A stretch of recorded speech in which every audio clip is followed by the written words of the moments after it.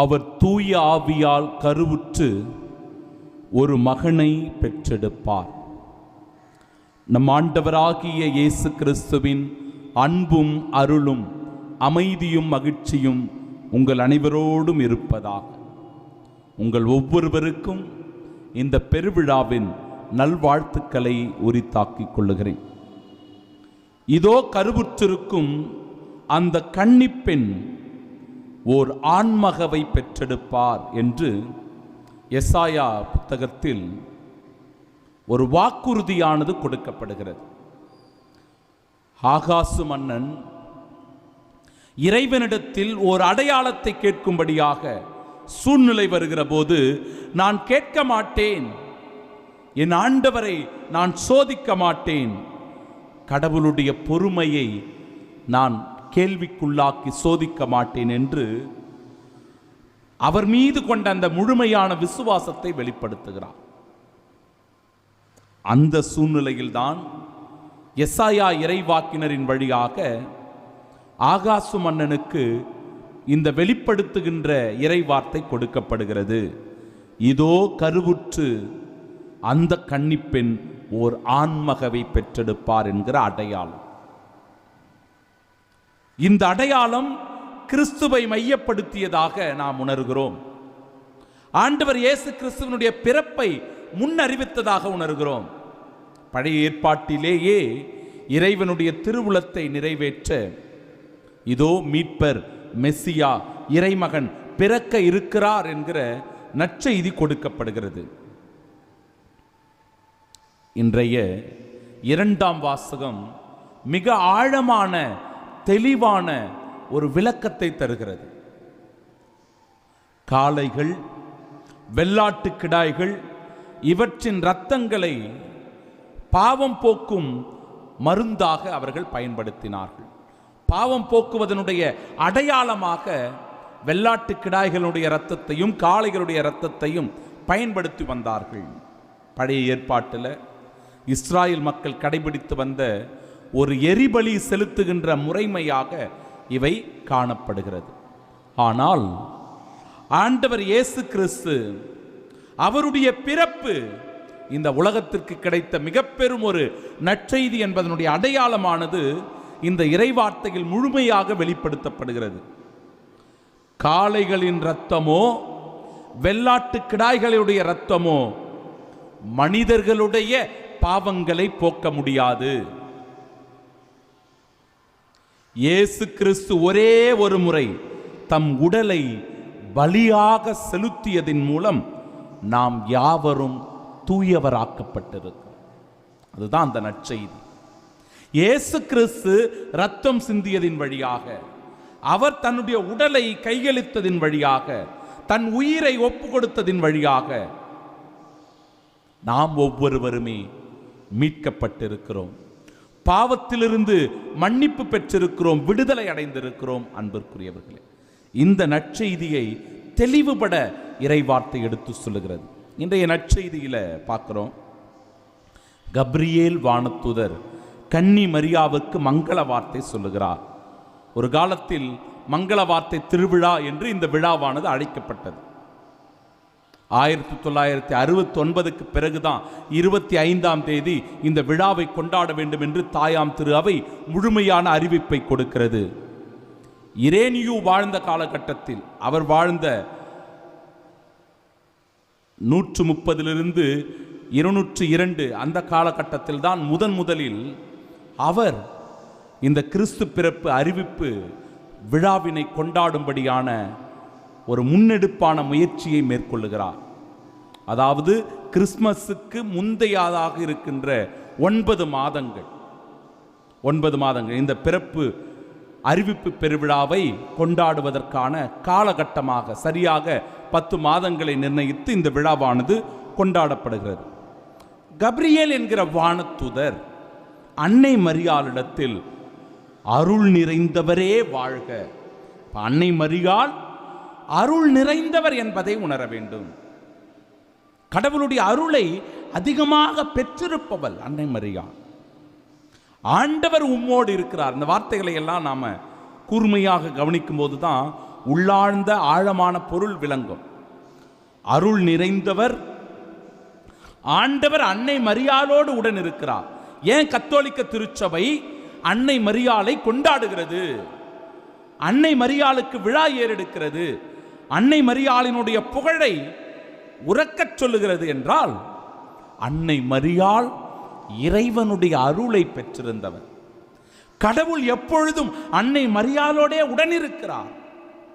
கடவுள் உடனிருப்பவரோடு நாமும் உடனிருக்கிறோம் என்றால் எவ்வளவு பேறு பெற்றவர்களாய் அவருடைய அன்பு பிள்ளைகளாகிய சகோதர சகோதரிகளாகிய நாம் ஒவ்வொருவரும் இருக்கிறோம் என்பதில் கத்தோலிக்க திரு அவை மகிழ்கிறது. நாமும் அந்த மகிழ்ச்சியில் பங்கு கொள்ளுகிறோம். என் அன்பிற்குரியவர்களே, மரியா அஞ்ச வேண்டாம், நீர் கடவுளின் அருளை கண்டடைந்துள்ளீர். கடவுளுடைய அருளை அன்னை மரியாள் கண்டு கொண்டாள். இதனால் அன்னை மரியாளுடைய உள்ளத்தில் ஒரு கலக்கம் இருக்கிறது, ஒரு தயக்கம் இருக்கிறது. ஏனென்றால் இந்த வாழ்த்து எத்தகையதோ, யாராவது ஒருவர் நம்மை வாழ்த்தி சொல்லும் போது, புகழ்ந்து பேசும்போது மிக கவனத்தோடு எச்சரிக்கையோடு இருக்கணும். புகழ்ந்து சொல்றாங்களே அப்படின்னு பெருமையில் திளைத்து ஆடக்கூடாது. மாறாக அப்பொழுதுதான் நாம் மிகவும் கவனத்தோடு செயல்பட வேண்டும் என்பதை உணர வேண்டும். அன்னை மரியாளுக்கு அத்தகைய அச்சமும் கலக்கமும் இருக்கிறது. இந்த இடத்தில் பல கூறுபாடுகள் சொல்லப்பட்டாலும் கூட, இயேசு என பெயரிடுவீர், அவர் உன்னதராயிருப்பார், அவர் பெரியவராயிருப்பார், யாக்கோப்பு தாவீது அரியணையை அவர் கொண்டிருப்பார் என்று சொல்லுகிற போது, அன்பிற்குரியவர்களை பார்ப்பதற்கு என்னவோ பெருமையாக தோன்றும். அரசாட்சி அரச மகுடம் என்று தன்னை பற்றி உயர்வாக கருத தோன்றும். ஆனால் அது அப்படி அல்ல. அந்த முள்முடியோ, அந்த துன்பமான தருணத்தையோ, அந்த வேதனை நிறைந்த பாடுகளையோ நினைத்து பார்க்கும்போது இந்த இறை வார்த்தைகளை எல்லாம் நாம் எப்படி ஏற்றுக்கொள்வது, புரிந்து கொள்வது என்பது நமக்கு இப்பொழுது நன்றாக தெரியும். ஆனால் அன்னை மரியாளுக்கு எதுவுமே தெரியாது. அப்படிப்பட்ட நிலையில்தான் அவர் கலங்கி நிற்கிறார். எனவே இந்த மங்கள வாழ்த்து செய்தியிலேயே அவருக்கு இயேசு என்று பெயரிட வேண்டும் என்றும் குறிப்பிடப்படுகிறது. இயேசு என்று பெயரிடும் போது இயேசு என்பதற்கு மீட்பர் என்று பொருள். ஆண்டவராகிய இயேசு கிறிஸ்து நம்மை பாவங்களிலிருந்து மீட்கப் போகிறார், இருளிலிருந்து நமக்கு ஒளியை தரப்போகிறார், அவர் சாவிலிருந்து வாழ்வு கொடுக்கப் போகிறார், அடிமைத்தனத்திலிருந்து நம்மை மீட்கப் போகிறார், இறப்பிலிருந்து நமக்கு உயிர்ப்பை கொடுக்க போகிறார், நரகத்திலிருந்து நமக்கு மோட்ச வாழ்வை தரப்போகிறார். இதுதான் ஆண்டவர் இயேசு கிறிஸ்துவினுடைய பிறப்பின் முழுமையான ஒரு பொருள். அன்பிற்குரியவர்களே, இயேசு என பெயரிடும் போது அவர் இத்தகைய மீட்பை நமக்கு தருகிறார் என்பதை உணர வேண்டும். தூய ஆவி உன்மீது வரும். ஒவ்வொருவரும் இறை ஆவியை பெற்றுக் கொள்ளுகிறவர்களாய் இருக்க வேண்டும். தூய ஆவி என்பது வல்லமை, தூய ஆவி என்பது ஆற்றல், தூய ஆவி என்பது சக்தி. இந்த ஆற்றலை, சக்தியை, இந்த வல்லமையை நாம் உள்வாங்க வேண்டும். ஒவ்வொரு திருப்பலியின் போதும் இந்த சக்தியானது வெளிப்படுகிறது. தூய ஆவியானவர் தன்னை வெளிப்படுத்துகிறார். அந்த ஆவியை தன் உடலில் கொண்டிருப்பவன் தீமையை எதிர்த்து போராடுகிறான். எனவே இந்த தூய ஆவியினுடைய வல்லமையை நாம் உள்வாங்க வேண்டும். கடவுளால் இயலாதது ஒன்றும் இல்லை. இந்த உலகத்தில் கடவுளால முடியாதது எதுவுமே கிடையாது. அதனால தான் எந்த விஞ்ஞானமோ எந்த அறிவியலோ சொல்ல முடியாத ஒரு மகத்துவமான மறை உண்மை ஆண்டவர் இயேசு கிறிஸ்து. வரலாற்றிலேயே தூய ஆவியினால் ஒருவர் கருவுற்றிருக்கிறார் என்கிற செய்தியே புதியதுதான். அதுக்கு முன்னாடி யாரும் சொல்லலை, எங்கும் சொல்லப்படவில்லை. எந்த விஞ்ஞானமோ அறிவியலோ அதை சொல்லலை. முதலில் ஆண்டவர் இயேசு கிறிஸ்துவினுடைய பிறப்பில் தான் இந்த அற்புதம் நிகழ்கிறது, இந்த அதிசயம் நிகழ்கிறது. இயேசு கிறிஸ்து என்கிற அந்த மகத்துவத்தில் தான் என் அன்பிற்குரியவர்களே உயிர்ப்பு அடங்கி இருக்கிறது. அதுவரை மரணம்தான் எல்லாமே நமக்கு நிச்சயமாக்கப்பட்ட ஒன்று. மரணம்தான் மனிதனுடைய முடிவு என்று தீர்மானிக்கப்பட்ட ஒன்று.